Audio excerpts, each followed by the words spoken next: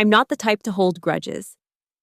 But when he looked me straight in the eyes, in the office where I'd devoted 6 years of my life, and coldly said, "We don't need you anymore," while I was 8 months pregnant, my trembling hands resting on my swollen belly, something inside me shattered, and that broken piece became the sharpest blade I'd ever wielded. They say revenge is a dish best served cold, but they never tell you what happens when a pregnant woman, stripped of everything, decides to fight back. My name is Rachel Monroe, and until 3 months ago, I thought I had built the perfect life in Harrison Creek, Colorado. At 34, I'd spent nearly 6 years climbing the ladder at Bytefield Systems, a mid-sized software company nestled between the mountains and endless prairie. As head of human resources, I wasn't just pushing papers, I was the person employees came to when they needed someone to listen, to advocate, to make things right. Our house sat on Maple Street, a modest 2-story with peeling blue shutters that my husband Jack promised to repaint every spring. Jack worked at Morrison's auto shop downtown, his hands perpetually stained with motor oil despite the industrial soap he scrubbed with each night. We weren't rich, but we were happy. Saturday mornings at the farmer's market, Sunday dinners with his parents, and the quiet contentment of knowing we'd built something solid together. When those 2 pink lines appeared on the pregnancy test last December, Jack had lifted me off my feet, spinning me around our tiny kitchen while laughing like I'd never heard before. We'd been trying for 3 years. 3 years of disappointment, of temperature charts and ovulation kits, of watching friends announce their second and third pregnancies while we smiled and congratulated them through the ache. At Bytefield, I'd earned my place through dedication and results. The previous CEO, Arthur Delmar, had personally promoted me twice. "Rachel," he'd said during my last review, "you understand people. That's rarer than you think in this industry." I'd even received the Employee Excellence Award just last year, my name engraved on a crystal plaque that sat on my desk between the ultrasound photo and a succulent Jack had bought me. The company felt like family. Miranda from accounting would bring me herbal tea for morning sickness.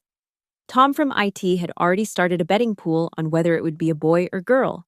Even the senior management team had thrown me a surprise shower in the conference room, complete with those ridiculous games involving melted chocolate in diapers. Everything changed when Travis Delmar came home.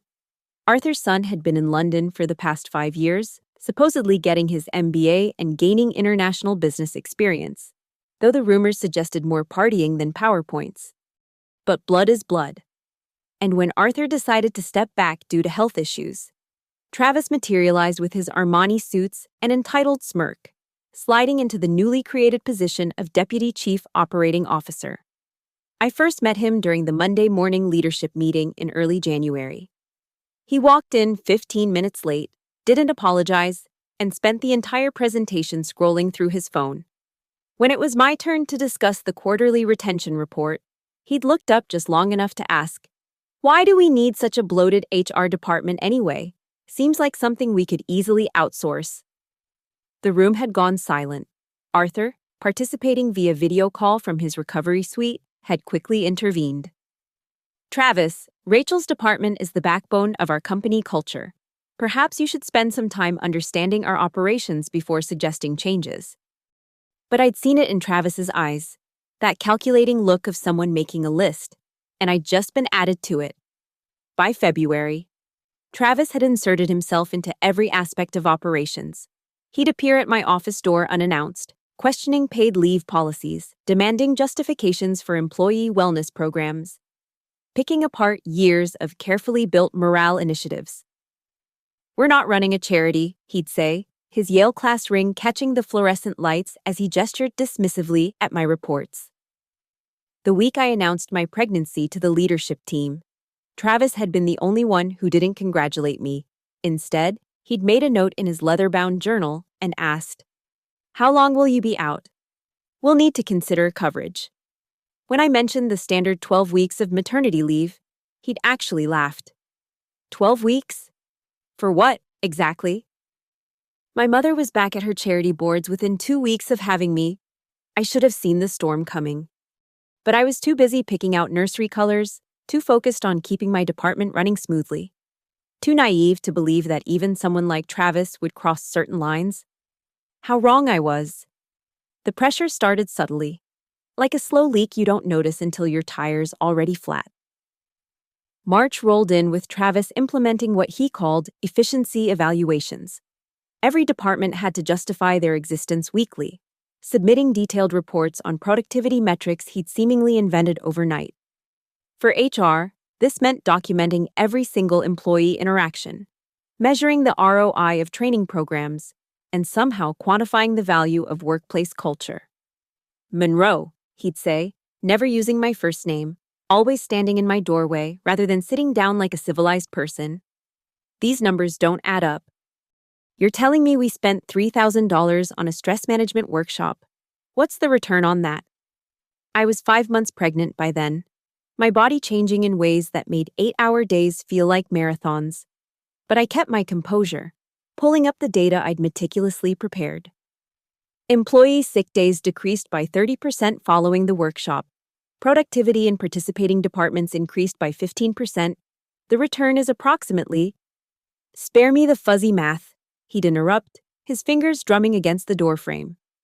Real businesses don't coddle their employees. The morning sickness had mostly passed, but these confrontations brought a different kind of nausea. I started documenting everything: times, dates, exact quotes. Something in my gut, beyond the baby's kicks, told me I'd need it. By April, Travis had escalated his campaign. He'd schedule mandatory meetings during my prenatal appointments, then mark me as absent without notice when I'd informed him weeks in advance. When I requested to work from home 1 day a week, as my doctor recommended, due to swelling in my ankles, he sent a company-wide email about the importance of physical presence for leadership roles. Pregnancy isn't a disability, Monroe, he said during one particularly humiliating public dressing down in front of my team. My mother flew to Tokyo for a board meeting the day before she had me. Perhaps you're just not cut out for executive-level responsibilities. Miranda later found me crying in the bathroom, my hands pressed against my belly as if I could shield my baby from the toxicity seeping through the office walls. He can't do this, she whispered, handing me tissues. There are laws. Laws don't matter when Daddy owns the company, I replied, splashing cold water on my face. The woman in the mirror looked exhausted, defeated. But beneath that, something else was growing alongside my child, a cold, calculating anger. The weekly harassment became daily by May. Travis would circle my desk like a shark, making comments about my decreased mobility and baby brain. He reassigned my key projects to Brett, a 25-year-old junior manager he'd brought in from his fraternity network. When I protested, Travis smiled that practiced, predatory smile. You should be grateful, Monroe. I'm lightening your load. Wouldn't want you to stress the baby. The emphasis on baby dripped with disdain, as if pregnancy was a choice I'd made specifically to inconvenience him. I started recording our conversations on my phone, slipping it into my pocket with the voice memo app running. Colorado was a one-party consent state. Only one person in a conversation needed to know it was being recorded. Every snide remark, every veiled threat, every discriminatory comment was captured in digital clarity. The breaking point came during a budget meeting in early June.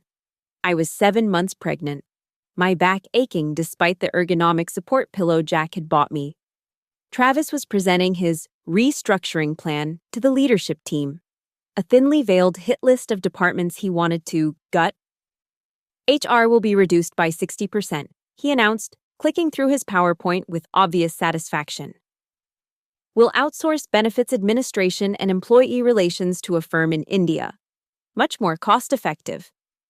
That would devastate our company culture, I interjected, my voice steady despite my racing heart. Our employee satisfaction scores are irrelevant. Travis cut me off.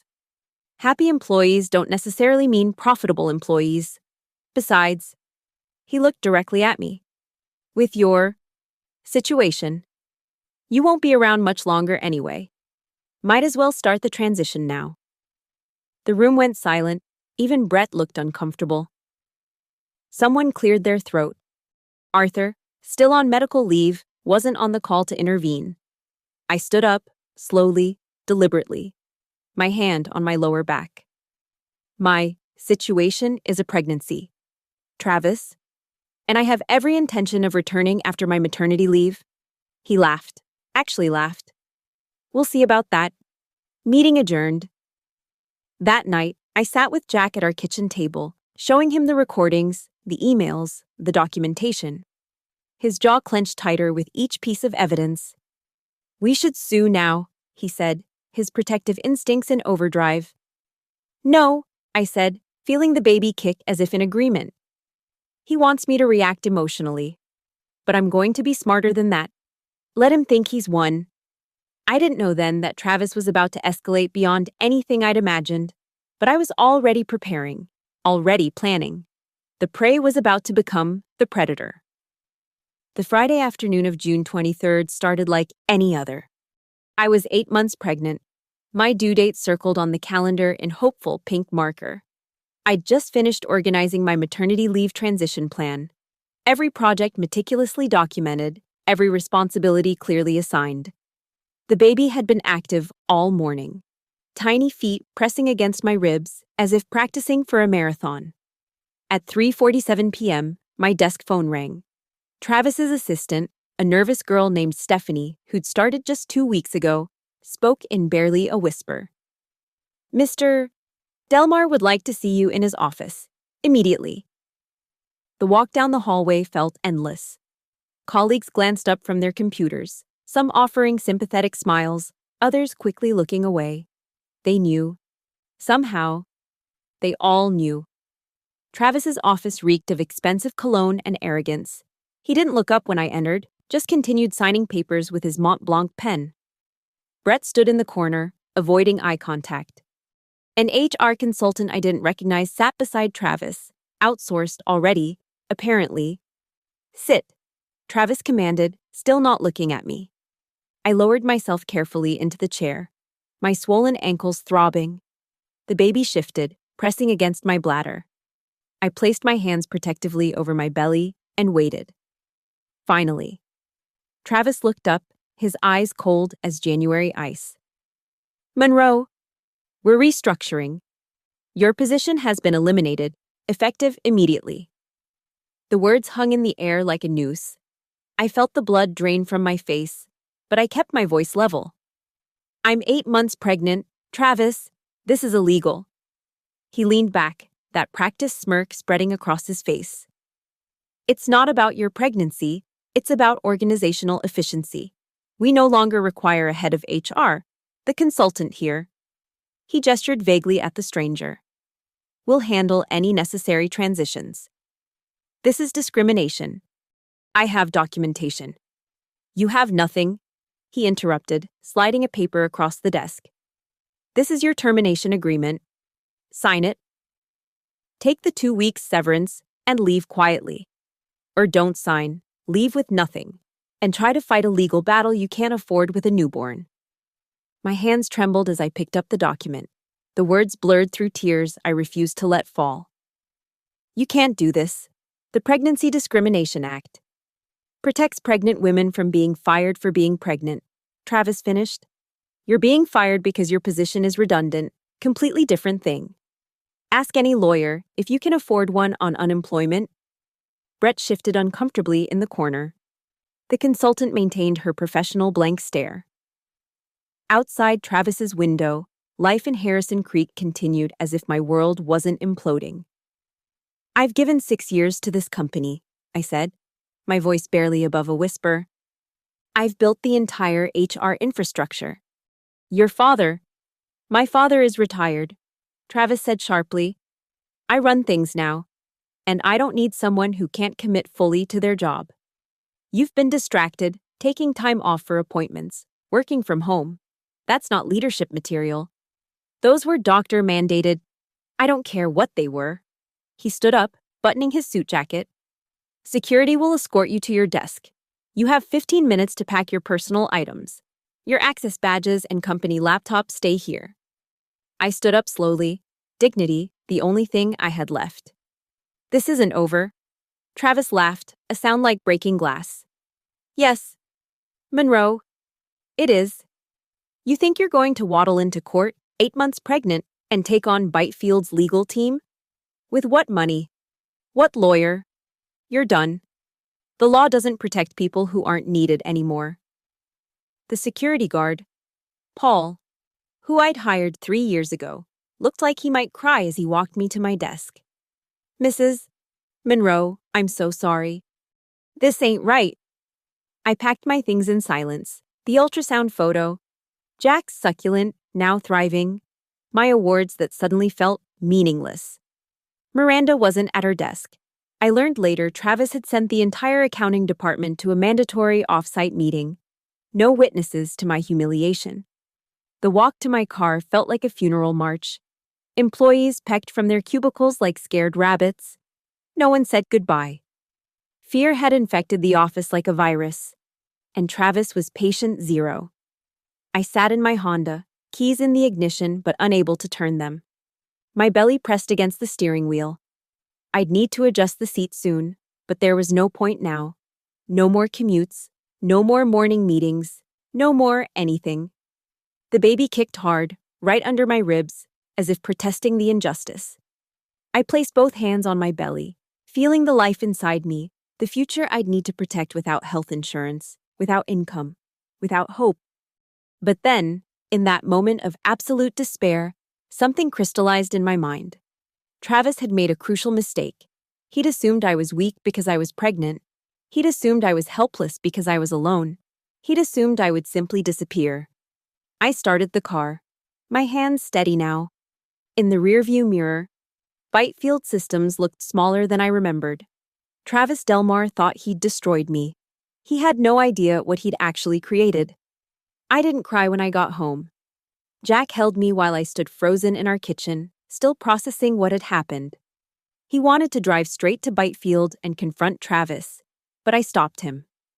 No, we do this the right way, the smart way. That weekend, while Jack painted the nursery a soft yellow, I transformed our dining room into a war room. Every email printed, every recorded conversation transcribed, every document meticulously organized into labeled folders. The pregnancy discrimination lawsuit research I'd started months ago suddenly became my Bible. Monday morning, instead of commuting to Bytefield, I drove to Denver. Margot Flynn's law office occupied the top floor of a building that had seen better days. But her reputation was titanium solid. She'd taken down Fortune 500 companies for wage theft, dismantled boys' clubs at investment firms. Her assistant had warned me she was selective about cases. But I'd come prepared.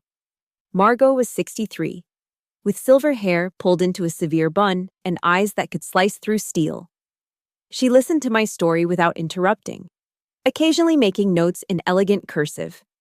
When I finished, she leaned back and studied me. You have recordings? I pulled out my phone, played 3 of the worst ones. Travis's voice filled the office, dripping with contempt. Margot's expression never changed, but her pen moved faster. Documentation of your performance reviews? I slid the folder across her desk. 6 years of excellence, glowing recommendations, that Employee of the Year award. Witnesses? Dozens, but they're terrified. He's been systematically firing anyone who questions him. Margot closed the folder and looked at me directly. Rachel, I'll be honest. We could file a charge with the EEOC, probably win, get you a settlement. But that's not what you want, is it? I placed my hand on my belly, feeling the baby respond. I want him destroyed, legally. For the first time, Margot smiled. Then we need more than just your case. We need a pattern. The next 2 weeks became a masterclass in investigation. I created a fake LinkedIn profile, reached out to former Bytefield employees. The stories poured in like water through a broken dam. Sarah, fired at 7 months pregnant 2 years ago when Travis first arrived as a consultant. Marcus, let go after requesting paternity leave. Jennifer, demoted after returning from maternity leave, then pushed out entirely. I met them in coffee shops, in parks, in the back booth of a Denny's outside town. Each story was worse than the last. Travis had been quietly purging parents from Bytefield for years, replacing them with young, single employees he could work into the ground. But the breakthrough came from an unexpected source. Stephanie, Travis's assistant, called me from a blocked number. "I can't testify," she whispered. "But check the shared drive, the folder titled Q3 Restructuring. He doesn't know I have access." Jack drove me to the library, where I could use their computers without being traced. What I found in that folder made my blood run cold. Emails between Travis and the outsourcing firm, dated 3 months before my termination. Plans to eliminate the entire HR department, with my name highlighted. A note in Travis's handwriting. "Wait until she's too pregnant to fight back." There was more. Spreadsheets ranking employees by liability. Parents scored highest, especially mothers. A PowerPoint presentation for the board about optimizing human capital that included a slide about the burden of family-friendly policies. Margot's eyes lit up when I showed her everything.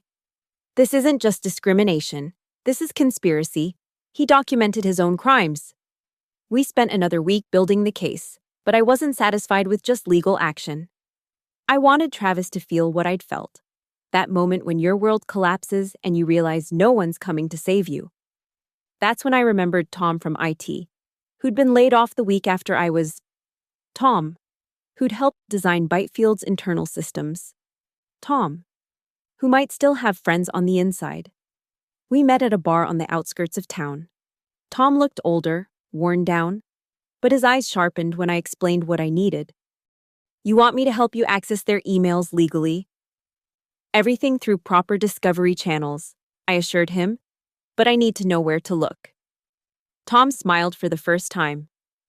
"Travis never changed the archive protocols. Every email, every message, it's all backed up to a server that predates his arrival. If your lawyer subpoenas the right datasets." He wrote down a series of folder paths and date ranges. "There's something else," he added quietly. "Travis has been siphoning money from the employee pension fund to pay for his restructuring consultants. It's buried in the accounting, but it's there." I stared at the paper, feeling the baby kick. This was bigger than discrimination now. This was fraud. That night, I sat with Jack, my laptop open to Bytefield's public website. Travis's smiling photo mocked me from the leadership page. "Are you sure about this?" Jack asked. "Once we file, there's no going back." I thought about all the other women, all the other parents, all the futures Travis had stolen. I thought about my baby, who deserved a world where power couldn't crush truth. "I'm sure," I said, closing the laptop. "He wanted a war. Now he's got one." Margot filed the EEOC charge the next morning. But that was just the opening move. The real battle was about to begin. The cease and desist letter arrived on a Tuesday. Travis had hired Brennan, Knox & Associates, a firm known for crushing plaintiffs into submission through sheer financial exhaustion. Their letterhead alone probably cost more than my monthly mortgage. "This is intimidation," Margot said over the phone, actually sounding pleased. "It means we've rattled him." But I wasn't interested in just rattling Travis. I wanted him exposed.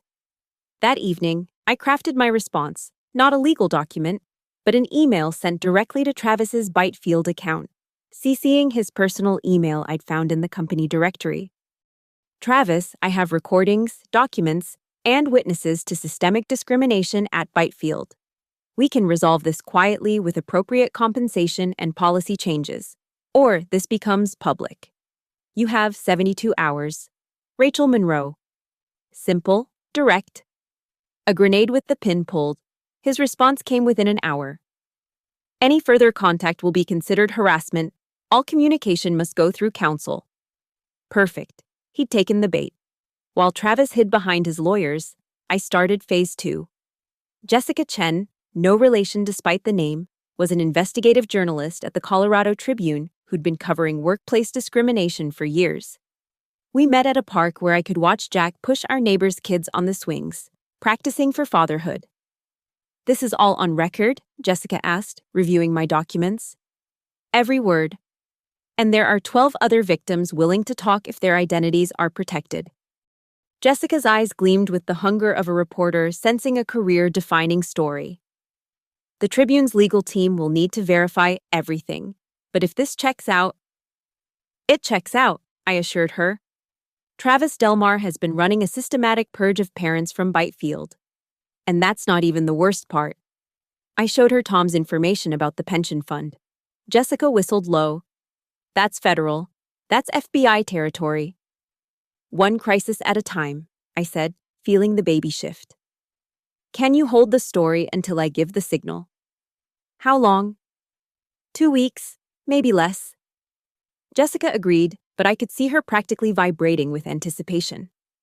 The story was hers exclusively. If she waited. Meanwhile, Margot had filed our EEOC charge and begun the discovery process. Travis's lawyers fought every request, but Colorado law was clear. We were entitled to relevant documents, and thanks to Tom's guidance, we knew exactly what to request. The breakthrough came from an unexpected source. Arthur Delmar, Travis's father, called Margot's office directly. I'd like to meet with your client, he said, privately. We met at his home, a modest ranch house that surprised me given Bytefield's success. Arthur looked frailer than I remembered. Oxygen tubes running to his nose, but his eyes were sharp. I built that company to take care of people, he said, his voice raspy but firm. I heard rumors about what Travis was doing, but I was too sick, too trusting. He pulled out a manila envelope. Travis doesn't know I still have board access. These are the real financials. He's been cooking the books. The documents showed everything: inflated consultant fees paid to Travis's friends, the pension fund irregularities, even a secret bonus structure that rewarded managers for reducing human resource overhead. Why are you helping me? I asked. Arthur looked out his window at the Colorado mountains. Because you're 8 months pregnant and my son fired you anyway. Because my wife would have been appalled. Because I spent 40 years building something good, and I won't let him destroy it. He gave me one more gift, the contact information for 3 board members who'd been questioning Travis's methods. They need a reason to act. You're going to give them one. That night, I couldn't sleep. The baby was active, rolling and kicking as if sensing my adrenaline. Jack rubbed my back, whispering reassurances. But I was beyond comfort. I was building something intricate, a web that would entangle Travis completely. The next day, Margot sent Travis's lawyers our settlement demand. It was deliberately reasonable: reinstatement, back pay, and policy changes. We knew they'd reject it. We wanted them to reject it. Every refusal was another exhibit in our case. Sure enough, Travis responded through counsel with a counteroffer that was insulting: 2 months severance and a non-disclosure agreement. He also threatened to countersue for defamation and corporate espionage. Corporate espionage? Margot laughed. For using publicly available information and witness testimony, he's panicking.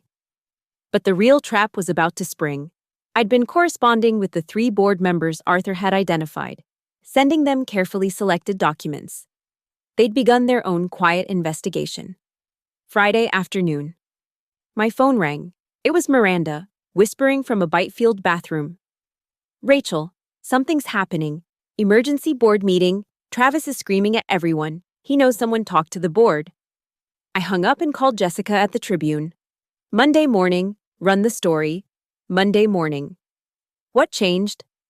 The board's meeting this weekend. If they're going to act, the public pressure will force their hand. If they're not, then we need the court of public opinion. I spent the weekend in false labor twice, the stress manifesting physically. Jack wanted me to stop, to rest, to think about the baby. But I was thinking about the baby, about the world I wanted them to enter, where people like Travis couldn't destroy lives with impunity. Sunday night, I sent Travis one final email. The Tribune runs the story tomorrow. Last chance to do the right thing. His response was a lawsuit, filed electronically at 11:47 p.m., suing me for defamation, interference with business, and intentional infliction of emotional distress. I looked at Jack, my hand on my belly, feeling our child move. He just declared war on a pregnant woman publicly. He has no idea what he's done. Tomorrow, the trap would close completely. Monday morning arrived like thunder. Jessica's article hit the Tribune's website at 6 a.m. with the headline, Bytefield Systems Executive Accused of Systematic Pregnancy Discrimination. Documents reveal pattern of targeting parents. The story was picked up by national outlets within hours. My phone exploded with calls. Margot handled the legal inquiries while I sat in my living room, watching Bytefield's stock price plummet in real time on Jack's laptop. Down 12% by market open, 15% by noon. The emergency board meeting had been moved to Bytefield's headquarters. I knew because Miranda was live texting me from her desk, along with half the office who'd read the article and finally found their courage. At 2 p.m., the preliminary hearing for our EEOC complaint was called. The federal building's courtroom was packed, reporters, former Bytefield employees, and women's rights activists who'd caught wind of the story. I walked in slowly, 9 months pregnant now, my belly preceding me like a banner of defiance. Travis sat at the defendant's table, his usual smirk replaced by barely contained rage. His legal team had tripled, suits lined up like armor. But when he saw me, something flickered in his eyes, the first hint of fear. Judge Catherine Reeves, a 70-year-old former civil rights attorney, presided. She'd read our filing, reviewed the evidence Margot had submitted. Her expression was granite. "Mr. Delmar," she began, "I've reviewed some deeply disturbing documents. Before we proceed, would you care to explain this email where you wrote, 'Wait until she's too pregnant to fight back'?" Travis's lead attorney stood. "Your Honor, that's taken out of context." "Then provide context." Judge Reeves cut him off. "Because from where I'm sitting, it looks like conspiracy to commit discrimination." Margot stood, her voice carrying through the courtroom. "Your Honor, we have 17 witnesses prepared to testify about systematic discrimination at Bytefield. We have documented evidence of pregnant women being targeted for termination.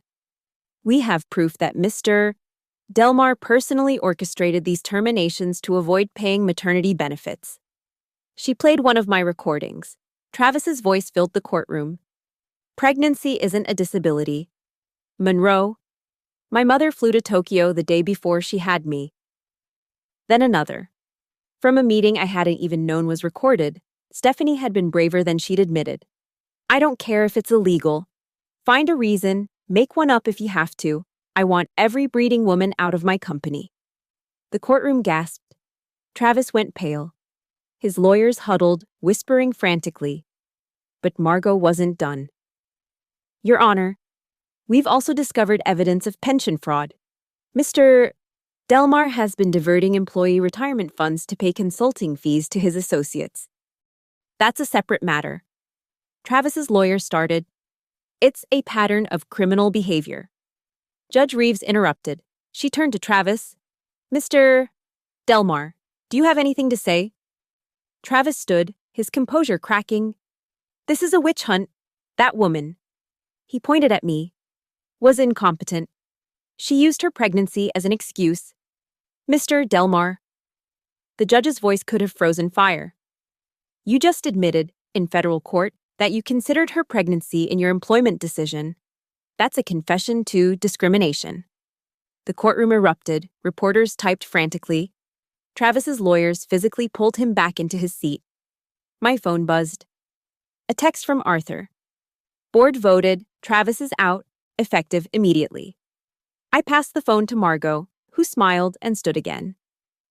"Your Honor, I've just been informed that Bytefield's board has terminated Mr. Delmar's employment." Travis exploded from his chair. "They can't do that." "My father." "Your father is in the gallery," Judge Reeves observed. We all turned. Arthur sat in the back row, oxygen tank beside him, nodding slowly. The judge continued. "Given the evidence presented, I'm issuing an immediate injunction. Bytefield will reinstate Ms. Monroe with full back pay, benefits, and damages to be determined at trial. Mr. Delmar, you are personally liable for discriminatory practices. I'm also referring this case to the Department of Justice for criminal investigation. Travis lunged toward me, screaming obscenities, but security intercepted him. As they dragged him past, he snarled, "This isn't over." I stood carefully, one hand supporting my belly, and looked him straight in the eye. "Yes, it is." The courtroom began to empty, but I remained seated, suddenly exhausted. The baby hadn't moved in hours, as if sensing the gravity of the moment. Jack appeared at my side, helping me up. Outside, reporters swarmed. "Ms. Monroe, how does it feel to win?" I thought about all the women who'd been forced out, all the families destroyed by one man's greed and prejudice. This isn't just my win. It's for everyone who's been told they're worthless because they chose to have a family. That evening, Bytefield's PR team called.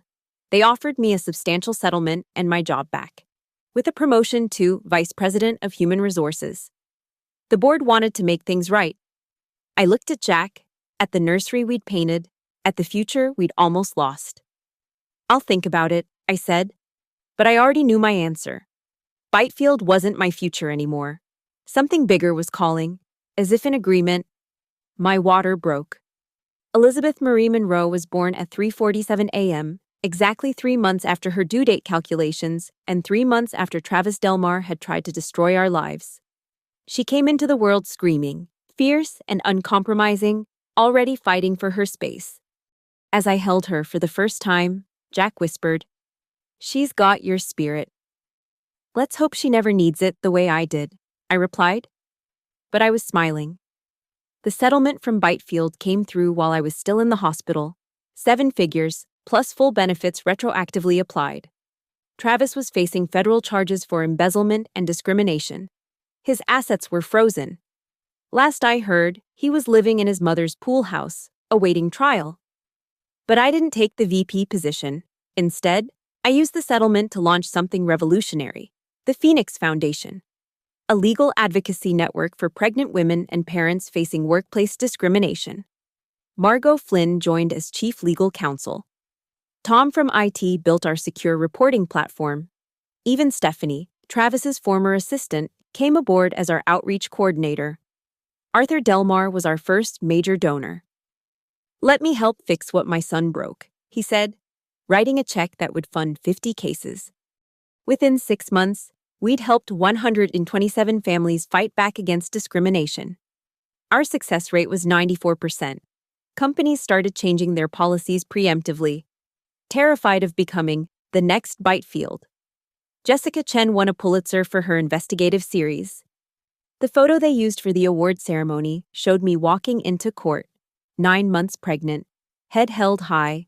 It became iconic, printed on protest signs, shared millions of times with the hashtag pregnant, not powerless. Travis was convicted on multiple counts. 5 years federal prison, millions in fines. During his sentencing, he'd glared at me across the courtroom. I didn't even acknowledge him. He'd already taken enough of my energy. Bytefield restructured completely. They implemented the most progressive parental leave policy in the tech industry. They named their new childcare center after me, which felt surreal. Miranda sent photos of the ribbon-cutting ceremony. I didn't attend. That chapter was closed.